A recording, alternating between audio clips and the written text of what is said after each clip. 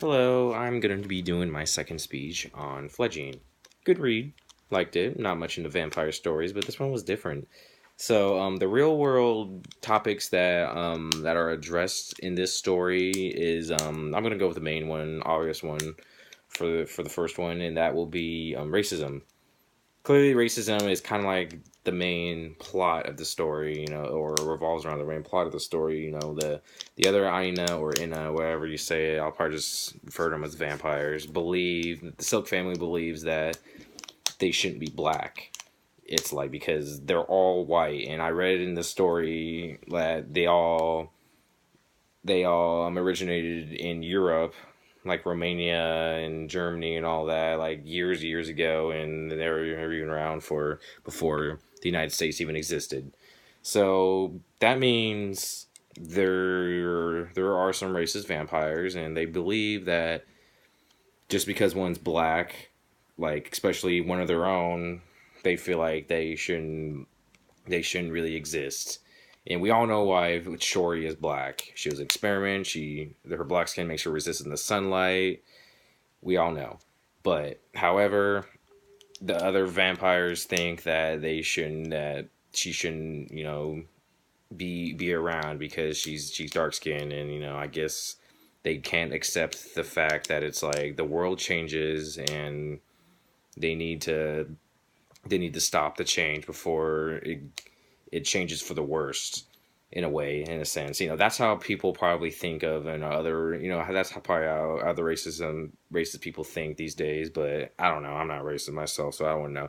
Anyway, the next topic that's in the real world that's in this book is discrimination. Not racial discrimination, but in a sense that I want to say that discrimination appears in a way about race, and I mean like species. Again, the Silk family wanted Shori dead for not just because she's black, but she's human too. Again, they feel like that shouldn't be possible. Like all the vampires in the story are all full vampires, while Shori's the only one who's half human, half vampire. And they probably think that, hey, you know what? Let's kill her because she's so different. She's black and she's half human.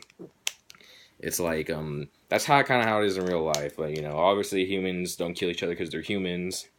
I'm pretty sure if there was like a half human, half whatever person in this world, and they clearly wouldn't be accepted at all through other people. Another issue I want to address is pedophilia. It's not the fact that it was a problem. It wasn't an issue in the story. It's like, but it's there. It's there. I mean, I'm not saying this story supports pedophilia, but it's in there, and it's addressed.